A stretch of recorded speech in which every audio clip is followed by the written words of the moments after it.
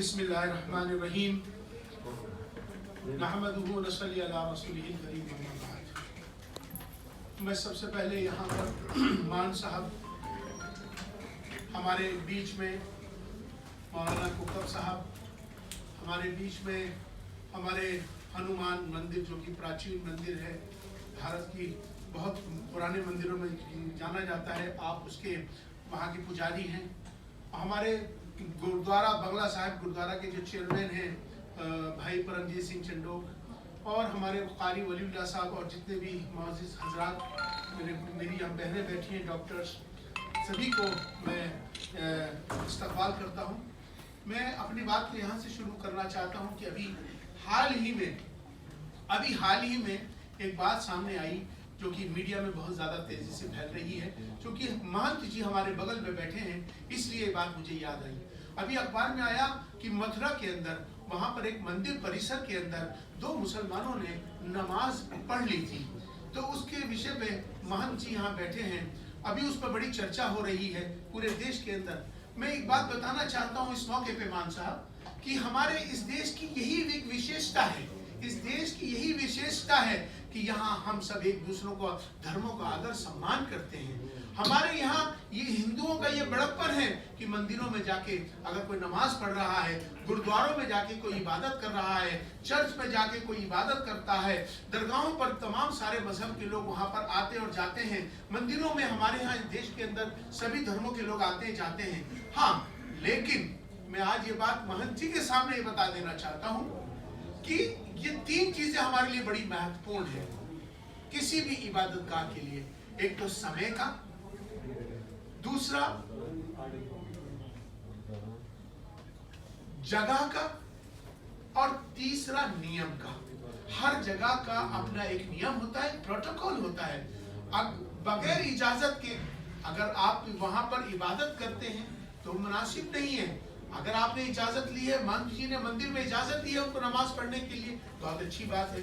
इसलिए समय, नमाज का, इबादत का एक समय होता है। जगह, एक ऐसी जगह जो बिल्कुल पाक साफ होनी चाहिए इबादत के लिए। मैं नमाज शब्द इसलिए मैंने नहीं कहा, आज महंत जी यहाँ बैठे हैं, परमजीत चंडोक जी यहाँ बैठे हैं, मौलाना कुकब साहब यहाँ बैठे हैं, मान साहब यहाँ बैठे हैं। आपके सामने एक बात बता देना चाहता हूँ, नमाज का जो शब्द है वो शब्द भारतीय शब्द है। हमारे यहाँ अरबी में सलाह कहते हैं, भारतीय शब्द है नमाज। नमाज हमारे महंत जी भी पढ़ते हैं, महंत मैं भी पढ़ता हूँ, मान साहब भी नमाज पढ़ते हैं, चंडोक साहब भी नमाज पढ़ते हैं। नमाज भारतीय शब्द है। नमा माने झुकना, अज माने ईश्वर, ईश्वर के सामने सरेंडर होना, ईश्वर अल्लाह के सामने अपने आप को इबादत करना, ये इसी का नाम नमाज है। अरबी के अंदर सलाह कहते हैं। अगर मैं सऊदी अरब में महंत जी अगर पहुंच जाऊं, अगर मुझसे कोई ये कहे कि जी ये नमाज, तो लोग नहीं जानेंगे नमाज क्या, क्योंकि नमाज एक भारतीय शब्द है। नमा माने झुकना, अज माने ईश्वर, ईश्वर की आराधना, ईश्वर के सामने सरेंडर होने को नमाज कहा जाता है। तो क्या हमारे महंत जी नमाज नहीं अदा करते? क्या हमारे परमजीत जी नमाज नहीं पढ़ते? तो क्या हमारे सबके इबादत करने के तरीके हमारे अलग हो सकते हैं? हमारे आपस में हम लोग जो है, हमारी परंपराएं अलग हो सकती हैं, हमारी जातियां अलग हो सकती हैं, लेकिन हमारा जो सबसे बड़ा धर्म है वो इंसान और इंसानियत का धर्म है। इबादत तो हम किसकी करते हैं? उस ईश्वर की करते हैं जो निराकार है, जिसका कोई रूप कोई आकार नहीं है, वो अजन्मी है। कुल हु अल्लाहु अहद अल्लाहु समद लम यलिद वलम यूलद वलम यकुल लहू कुफुवन अहद। हम इबादत करते हैं उस रब की जो निराकार है। मौलाना कुकब साहब यहाँ बैठे हैं, महंत जी बैठे हैं, भाई परमजीत सिंह जी बैठे हैं, भाई मान साहब बैठे हैं। क्या है? यही इस देश की विशेषता है, अनेकता में एकता। आज हमें इसको पूरी दुनिया के अंदर हमारे भारत का जो नाम है इसीलिए पहचाना जाता है, जाना जाता है। यह आध्यात्मिक देश है यहाँ, और हमारा देश आध्यात्मिक गुरु है पूरी दुनिया के लिए।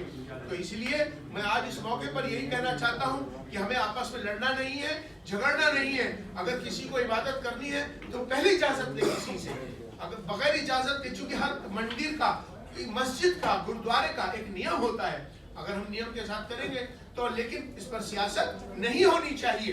ये इबादत एक ईश्वर के लिए है, एक अल्लाह के लिए है। तो तो आओ हम सब मिलकर एक बने, नेक बने। इसी की आवाज के साथ अब मैं शुरू करता हूँ, अपनी बात को यहीं पे खत्म करता हूँ। बहुत बहुत शुक्रिया।